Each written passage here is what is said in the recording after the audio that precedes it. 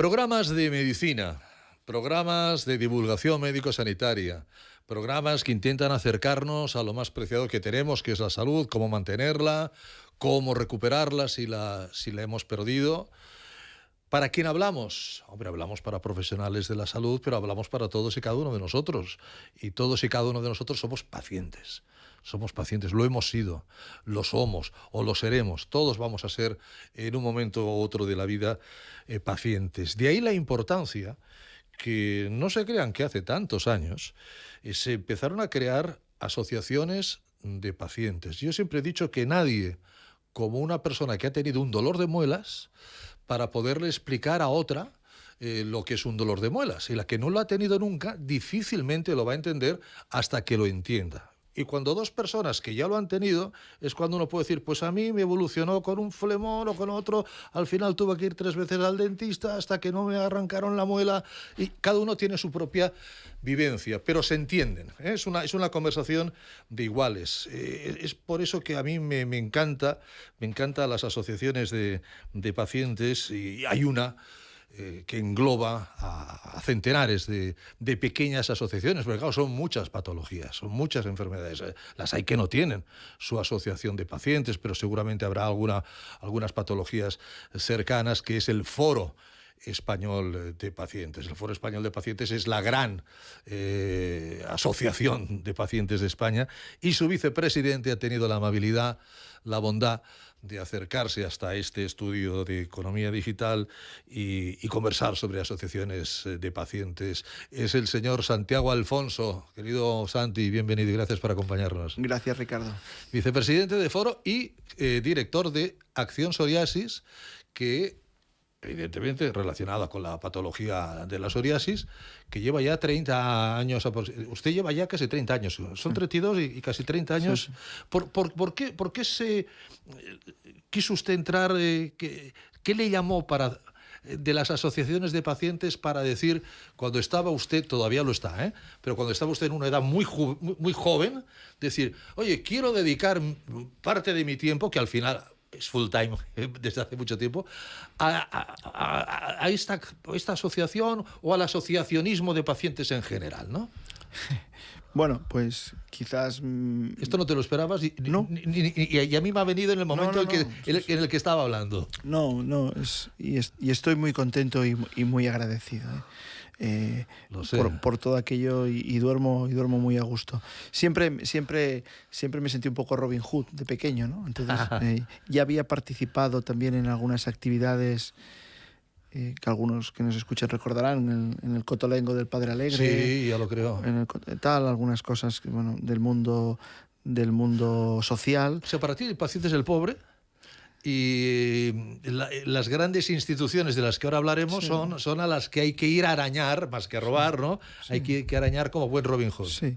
Y la verdad es que, bueno, cuando también tuve la vinculación muchos años en la Cruz Roja, tuve 18 años, sí. Y bueno, y ya había estado de voluntario en la Cruz Roja, y luego tuve la oportunidad de continuar, pero yo realmente mi enfoque profesional quería tenerlo en el mundo social, en el mundo de las asociaciones, en el mundo del voluntariado. Ahí siempre me he sentido muy a gusto. El darse a los demás es algo que es vocacional, entiendo. Bueno, señor Alfonso, también, ¿no? Debemos devolver a la sociedad aquello que nos ha dado, ¿no? Y eso es una cosa que debemos...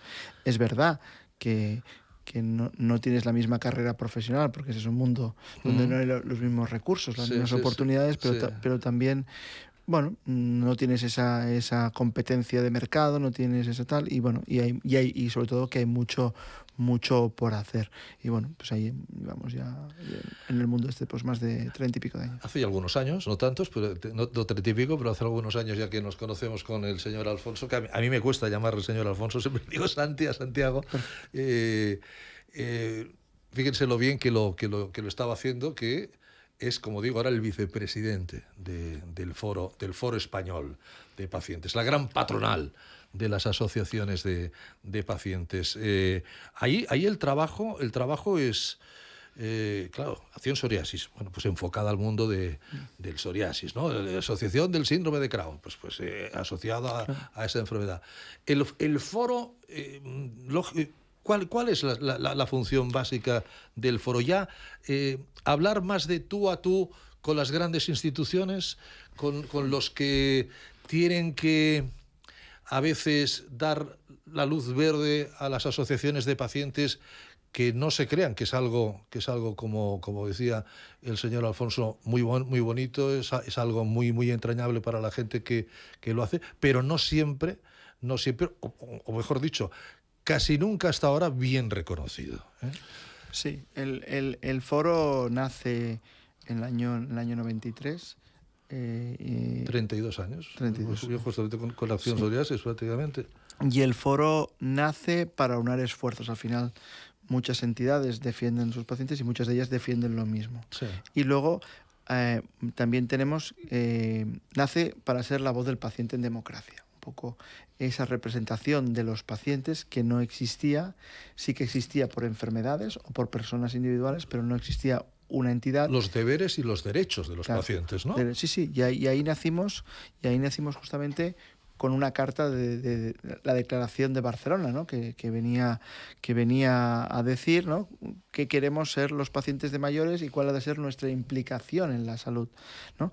Es verdad que el paciente debe ser un sujeto activo en su patología. Sí. Un paciente le debemos decir, pues, y necesita empoderamiento, necesita formación, necesita asimilar su enfermedad, pues le dirigimos a una organización. Después, ¿cómo nos organizamos las organizaciones de pacientes? ¿No? Pues también creamos estas entidades paraguas, que es el Foro Español de Pacientes, que engloba en este momento, creo que estamos ahora en 92 o 93 asociaciones de pacientes.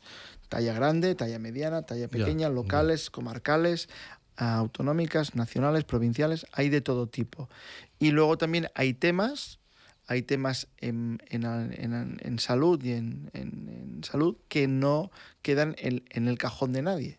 Por ejemplo, las urgencias, ¿no? Entonces, ¿quién representa a la ciudadanía en el tema de las urgencias, en la donación de sangre, en el circular por el sistema sanitario? Por eso el foro también está ahí para promocionar la salud. Ahí entra el cribaje de urgencias, ahí entran las horas de pasillo en una camilla esperando a que te atiendan. Sí, todo eso entra. Todos esos temas entran ahí, también lo que es la humanización, y luego también temas de reclamar, sobre todo temas de equidad, ¿no? Que al final sabemos que el código postal se marca. O sea, entre los dos objetivos principales del foro, por un lado está la defensa de la ciudadanía en temas de salud, la ciudadanía enferma y sana, que por al final, como dices tú, ser paciente es cuestión de tiempo. Y luego también el impulso del mundo asociativo. Crear una asociación de pacientes es dificultoso y muchas organizaciones necesitan apoyo para enfrentarse también a toda la parte administrativa de lo que comporta. Y luego hay que estar bien organizados, bien formados, y también el foro tiene una línea importante de formación de líderes de organizaciones de pacientes, ¿no? Habla el señor Alfonso del año 93, cuando se crea el foro. Uno echa la memoria y dice, caramba, es el año siguiente de los Juegos Olímpicos de Barcelona, el año siguiente que Madrid fue la capital cultural europea y el año siguiente de la Expo de Sevilla. Es decir, en aquel momento España estaba, vamos, esplendorosa, estaba hecha pa'lante, a la frase aquella, soy española, ¿qué quieres que te gane? ¿No? O sea, está, a lo mejor de esa fuerza social es cuando alguien dice, venga, es el momento de lanzar el Foro Español de Pacientes, es el momento de unir a los pacientes. Sí, aquí fue el doctor Albert Joveil, que fue el primer fundador, junto con su esposa, la doctora Dolores Navarro, ¿no? Que decidieron traer programas de paciente experto y programas que ya se venían realizando en Harvard y también en Stanford un poco. Vamos a crear ese empoderamiento y hasta crearon una universidad. Es interesante que fueran dos médicos. Sí. Es muy interesante porque siempre luego hemos oído hablar que los médicos, esto del paciente experto, esto del paciente empoderado, no les acaba de gustar, digámoslo así. Sí, lo que pasa es que fue el momento que el doctor Joveil cogió un cáncer y se dio cuenta que la medicina, una cosa es hacerla de manera vertical y otra es estar de manera horizontal, ¿no? Donde él se dio cuenta que el paciente, ¿no?, cuando él mismo, ¿no?, pues intervenía poco en las decisiones clínicas, ¿no? Claro. Entonces, aquel paternalismo, ¿no?, aquello de todo para mí, sin mí, que cuando uno iba al médico teníamos que democratizar la sanidad. La sanidad aún le falta democratización, ¿no? O sea, yo soy más... tengo más opciones en un bar, en un restaurante, a poder optar que a veces en sanidad, ¿no? Sí, sí. Y es verdad que también velando por el mantenimiento de nuestro sistema sanitario nacional, el sistema sanitario, ¿no? que es solidario, que es público y que no tiene coste para el paciente. Y que, iba a decir, y que es muy bueno, ¿eh? Sí, sí, y pero que es muy bueno en el pero fondo. también alguien ha de estar detrás, Sí. igual que están los sindicatos en el mundo laboral para Sí. la defensa de los trabajadores. Sí. Tanto los que trabajan como los que no trabajan, como los futuros trabajadores, también faltaba esa voz de la ciudadanía en materia de salud y personalidad. ¿Se consideran ustedes los sindicalistas de los pacientes? Bueno, nos consideramos los representantes de la ciudadanía. Representantes. Representantes. No. Sindicato, bueno, a veces tiene una parte como despectiva, ¿no? Parece que ¿no? ser sindicato, pero bueno, los sindicatos hacen No, los sindicatos reivindicar beneficios para. Sí, pero los sindicatos o las organizaciones de pacientes reivindican. Sí. Pero también aportan, o sea, hay mucha formación, hay muchas cuestiones que los sindicatos... No hay un día del paciente. Hay varios días del paciente. Bueno, por cada enfermedad, sí, pero sí, es que ahora me venía el 1 de mayo, ¿no? Lógicamente, cuando hablamos de sindicatos. O sea, no hay un día en el que hayan pancartas así por las grandes ciudades de España, en sus grandes calles, de pacientes reclamando mejoras sobre todo, entiendo, en el trato, ¿no? A ver, en el trato, que hay buen trato, pero en la decisión, siempre se ha dicho que el paciente tiene que tomar decisiones desde el minuto 1. Eso se ha dicho desde hace pocos años. Sí. Es decir, vamos avanzando también, ¿no? Bueno, hay un día de paciente no hay muchos días. Celebramos ahora nosotros el foro, el día que lo celebramos es el Día de los Derechos de los Pacientes, el Día Europeo. Y a ese día es al que nos acogemos, que se celebra, porque la Unión Europea ha declarado, creo que será el 18 de abril, como el Día Europeo de los Derechos de los Pacientes. Ya nos vale. Al final, cuando uno busca un día para ser altavoz, para ser movilizaciones. Pues ya les vale porque les llaman las televisiones, les llaman los periódicos digitales, las radios. Sí, es lo que hacemos como en la psoriasis o en otras patologías. El Día de la Psoriasis, el Día del Cáncer. Ese día, el foro lo que intenta es trabajar transversalmente. Y luego hay muchos temas que afectan a muchas enfermedades. Ahora estamos trabajando en el tema del sueño, ¿no? El sueño es un tema. La salud mental está presente en muchísimas patologías. Todas las patologías crónicas tienen un fuerte impacto emocional. Y luego también la obesidad, por ejemplo. Son temas transversales que no solo afectan a las personas obesas, sino que muchas enfermedades pues provocan una obesidad. Síndrome metabólico. Y ahí estamos. Y sobre todo una línea muy importante de formación de las organizaciones de pacientes. Cuando uno va a interlocutar con un ministerio, con una consejería, debe conocer bien cómo funciona el sistema, las personas clave, cómo reivindicar, cómo crear evidencia. Y bueno, en eso estamos. Usted sabe, don Santiago, que somos lo que comemos. Sí. Pero también somos lo que dormimos. Sí. Ahora que decía usted lo del sueño es importantísimo. En el sueño hemos trabajado y hemos creado una alianza por el sueño con varios agentes, igual que hicimos también un día un tema muy importante, que es la desnutrición. Hay muchos pacientes, y antes en otra entrevista que oía vuestra, ¿no? Que lo enviamos para casa. Cuando a una persona la envían para casa, no podemos garantizar que está sola, que su nutrición sea correcta. Y el recuperarse de una operación, el recuperarse de una enfermedad, la nutrición es básica. Y aquí hay que velar también por esa desnutrición que muchos pacientes presentan por estar solos, por no poder cocinar. Exacto, es que el problema de pacientes y de la gente en general es la soledad no deseada. El que está solo porque quiere, pues y está bien, pues oye, adelante, tirando millas. Pero la soledad no deseada, que habitualmente ya son personas ya en la parte final de la vida, posiblemente, o en el tercio final de la vida, personas que viven solas, la nutrición empieza por saber lo que has de comer. Sí. ¿En qué porcentajes, porciones lo has de comer? Claro. Pero es que has de ir a comprarlo. Has de saber ir a comprarlo. Has de saber cocinarlo. Y aún más allá, Ricardo. Encender una cocina. Sí, y has de poder tener dinero para pagar unos dientes para poder masticar una comida. Y por supuesto. Entonces, claro, la parte social aquí se une también con lo... O sea, la nutrición es un tema complicadísimo de poder llevar a la práctica en condiciones para una persona sola, ¿eh? Y por eso creamos esa alianza con endocrinos, con nutricionistas, con la Sociedad Española de Oncología, para promover esa preocupación de decir, cuando un paciente llega a su casa, preocupémonos, ¿no?, que tenga una buena nutrición, porque eso va a favorecer su recuperación. Y digo, lo mismo puede pasar con el sueño, con la salud mental. Son temas que a veces no hay una dirección general de sueño, no hay una dirección, y al final es tan importante la educación en el sueño, la educación en la nutrición, la educación en salud mental. Pero si hay un Ministerio de Sanidad. Sí. Si hay un gobierno de España que tiene su Ministerio de Sanidad, igual que todas las autonomías tienen sus consejerías de salud, pero bueno, aquí la que manda supongo que es el señor en estos momentos, porque en sanidad del COVID a esta parte han ido pasando bastantes ministras y ministros. Ahora estamos con la señora Mónica García. Sí. Lo decía porque el gobierno de España no tenía las asociaciones en sus oraciones. Decía, oiga, no, esto de las asociaciones están aquí como mal metiendo ideas en los pacientes para que luego vengan, se quejen, protesten, etc. Parece que eso, afortunadamente, después de también algunas charlas, algunas sesiones que se han dado en algunos medios o tal, a lo mejor la señora Mónica García, como anestesista que es, pues también calma un poco las cosas, ¿no? ¿Cómo está la situación ahora? La verdad es que todas las autoridades reconocen nuestra labor, ¿no? Nos piden ayuda, pero la verdad es que las asociaciones... ¿Ayuda en qué sentido? Porque ustedes no van a poder... O sea, ustedes les han de pedir, como buen Robin Hood,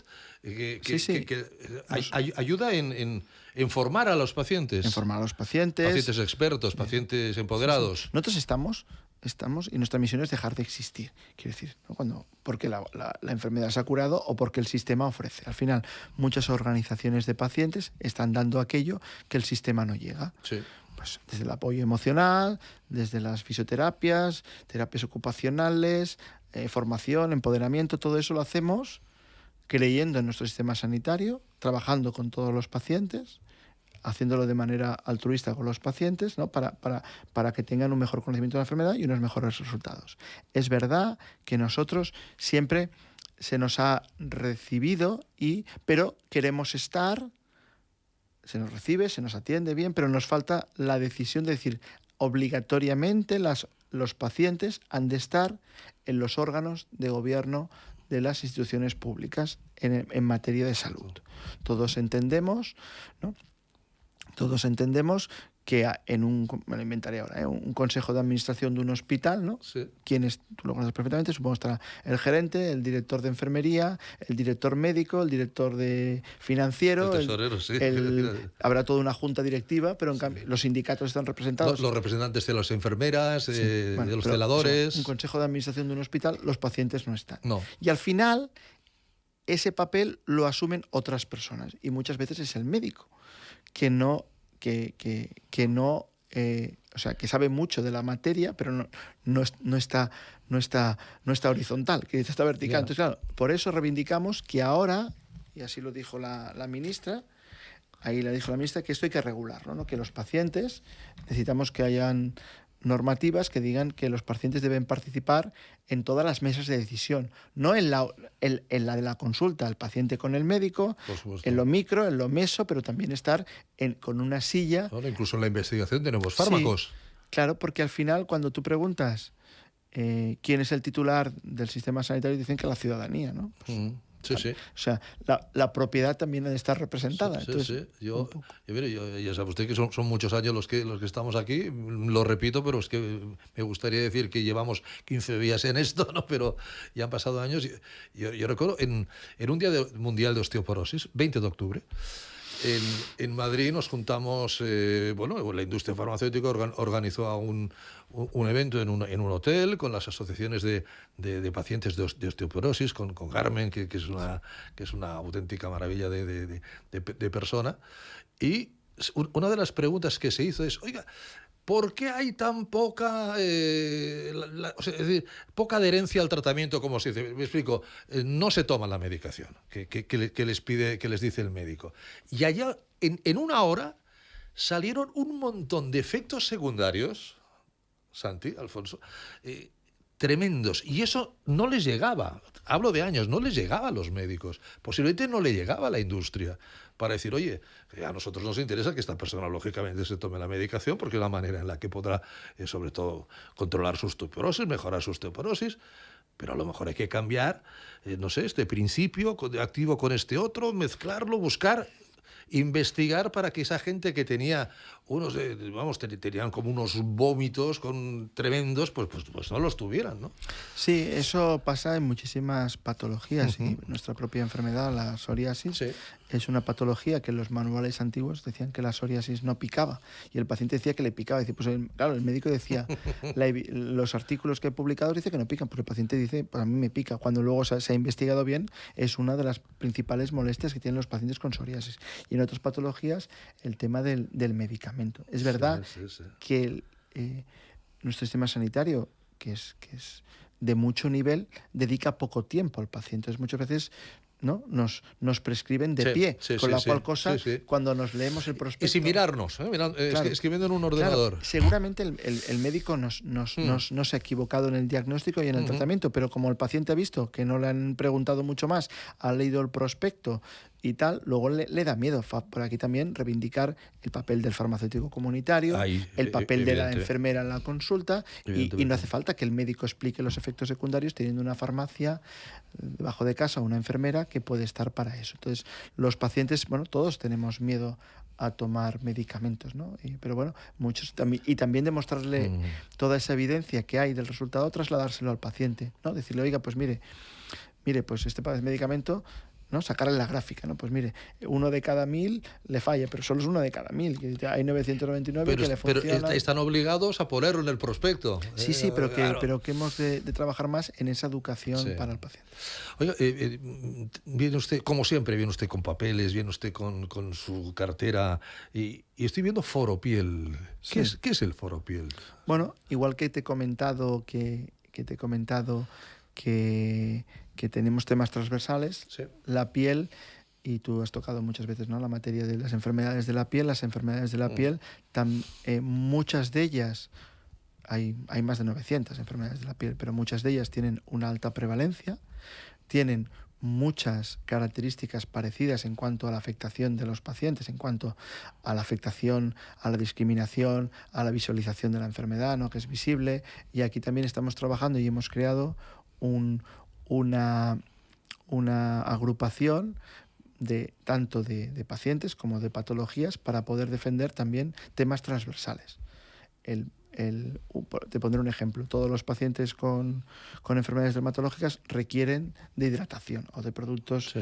Esto no tiene financiación, ¿no? Y para muchos pacientes tener una atopia, una urticaria, una psoriasis, no sé qué. El picor que decías. Hay un coste. Entonces vamos a ver, oiga, no son 2 de la psoriasis, 4, no sé qué. Entonces un poco todos estos temas comunes, investigar y luego también defender aquellos pacientes que no tienen organización paraguas. Por ejemplo, el acné. El acné es una enfermedad, ¿no?, que afecta a muchísimas personas, todo en edad joven, en edad de vital. Todos hemos tenido acné. Sí, y te dicen, no te lo toques, y luego si era solo. Sí, pero el acné es verdad, pero te pasa con 13, 14, 15 años, una etapa difícil. Psicológicamente tiene un fuerte impacto y verdad que no ha habido. Entonces, bueno, el Foropiel pretende ser un organismo un ente para la formación de las entidades, para que surjan nuevas asociaciones y para buscar temas comunes que nos den más fuerza a la hora de hacer reivindicaciones. Terminamos, señor Alfonso. Pacientes. Todos somos pacientes. ¿Qué podemos hacer los pacientes por los pacientes? Por nosotros mismos. Entrar en una asociación, sí. Imagino que sería la manera más fácil.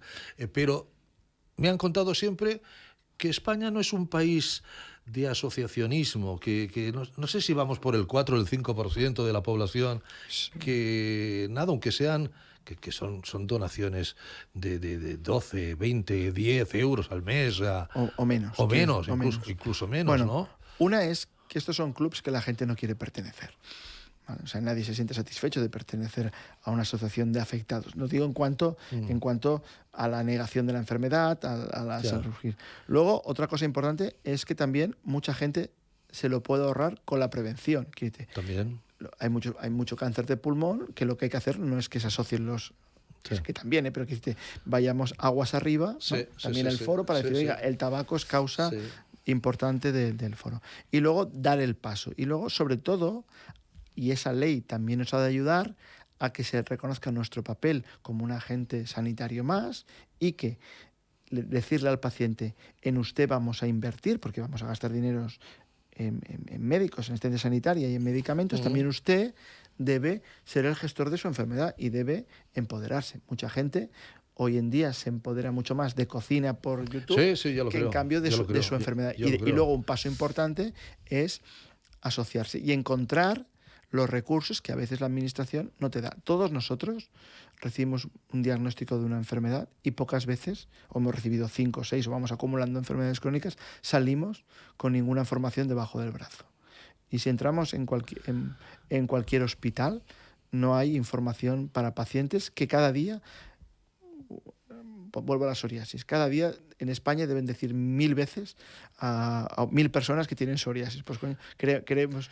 ¿Y esas 1000 personas saben qué hace por la noche cuando llegan a casa? Miran Google. Claro. Claro, y ahí, Claro. y ahí ven, y Claro. ahí ven, y ahora tenemos, ahí ven, y ahora Ahí ven lo bueno, lo mejor y lo malo, lo claro, peor. y mucha gente que no tiene un nivel ve que un señor curandero, pues en un país raro vende un producto que lo quiere probar. Eso es lo que llevamos muchos años intentando, de que como sabemos que lo del doctor Google ya lo sabemos, pero está ahí, o sea, eso es impepinable, que contra eso no se puede, al menos que cuando la gente busque algo de psoriasis o busque algo de cualquier cosa. Ahora si buscamos asociacionismo de pacientes, pues ustedes se encuentran aquí con el vicepresidente del foro, que es un señor que sabe del tema, que lleva muchos años en la materia y que ahí ven ustedes con el conocimiento que hablan y así sabe realmente que... Y aquí, si me permites una reflexión, claro. una cosa, muchas asociaciones a veces cogen el teléfono y atienden a mucha gente, ¿no? Y está muy bien, pero que al final cada día recibimos quejas del servicio, de la asistencia, Sí. pues luego también hay que saber trasladarlas a la administración. Podemos hacer un papel de la escucha activa de los pacientes, pero también los pacientes que a veces tienen quejas o tienen tal, las han de poder canalizar y han de saber ellos que tienen qué derechos les asisten. Y por eso también es importante que la gente pues acuda a las organizaciones de pacientes. Desde aquí, como son unas ONGs, las asociaciones de pacientes, me permito decir que entren en la web del Foro Español de Pacientes y en algún lugar habrá... Asóciese, hágase socio, ayúdenos a seguir ayudando. Y ahí, pues, imagino que cada uno lo que pueda, pues va a ayudar a que todas estas personas que cogen el teléfono, pues lo hacen con mucho cariño, pero ahí dedican, evidentemente, unas horas que tienen que ser, yo creo, en la mayor o menor medida remuneradas, ¿no? Sí, no, por supuesto. Al final ofrecemos unos servicios profesionales y claro. Entonces lo que quiero decir con esto es que, como dices tú, que la gente que tenga una patología del paso, verá, como decías, que otras personas como él podrá compartir experiencias con otras personas, porque al final siempre nos referimos al acto de la asistencia sanitaria, pero al final con una enfermedad, ¿no? Con el médico, ¿cuántas horas? Yo con mi endocrino, ¿cuántos minutos estoy al año? 10, 15, 20, pero convivo con la enfermedad 525.600 minutos que tiene el año. ¿Los has contado? ¿Los sabes de memoria? Sí. Pongo a veces pero digo, es verdad, siempre decimos, vaya a su médico. Y luego, claro, muchos pacientes, lo que decimos, vaya a su médico y el paciente espera que el día de la visita poderle explicar todo lo que necesita. Pues, amigo, Santi, siempre te agradezco que vengas, porque siempre son muy interesantes los consejos y las palabras que ofreces a los oyentes y a los espectadores, pero hoy más que nunca se cabe, porque hoy has venido como paciente. Sí, yo Hoy has venido como paciente activo. Sí, la verdad es que es uno cuando cumple 50 o así, ¿no? Entonces, aparte de mis algún tema traumatológico, pues bueno, yo también pues sufro diabetes y sufro tiroides y al final, vamos sumando, pero hoy has venido con muletas. Sí, he venido. Que este es el tema que... He venido con muletas. Que además, lógicamente, es un esfuerzo que te agradezco enormemente. Sí. Lo podías haber hecho online como quedamos y me dijiste no, yo prefiero ir a verte y si me permites, hacía que también claro que sí. Hay, aparte de toda la asistencia sanitaria, ahora he descubierto el mundo de las mutuas laborales, ¿no? Que es otro mundo que a veces no sabemos dónde está, ¿no? Que también hay mucho por hacer en ayudar a esos pacientes, ¿no? Que no tienen asociación de tal, sobre todo en temas de apoyo psicológico, tener una vida activa y de repente por sufrir un accidente laboral por las causas que sean, pues oye, tiene un fuerte impacto psicológico, y ahí también abriremos vía de colaboración con las mutuas que atienden a muchísima gente para que también podamos colaborar con ellas. No queremos nada más que también ofrecer colaboración. Y a veces los accidentes se producen en los momentos más inoportunos, cada vez más en casa, bajando una escalera, tropezando con una alfombra. Es decir, que a veces no hay que decir, no, es que este señor hace parapente. No. Si avanzamos la edad, a veces bajando de un autobús, hay un bordillo ahí, o hay un árbol plantado, y te metes de... Vamos, mi padre se rompió su primera cadera con 80 y pico de años bajando de un autobús. Claro, pero por entonces, eso lo digo. Sí, hay que trabajar. Alfonso, Santiago Alfonso, vicepresidente del Foro, director de Acción Psoriasis. Un placer, muchísimas gracias. Oye, y mejórate, sé que has de volver a pasar por plancha y pintura, sí, pero vamos, resplandeciente, sí, vas a quedar. O sea que... En septiembre iremos al quirófano y supongo que en breve volveremos a estar por aquí. Nada, como los cracks que se hacen los cruzados, aquí pronto chutando. Un abrazo, Santi, gracias. Aquí estamos en Canal Salud, Economía Digital.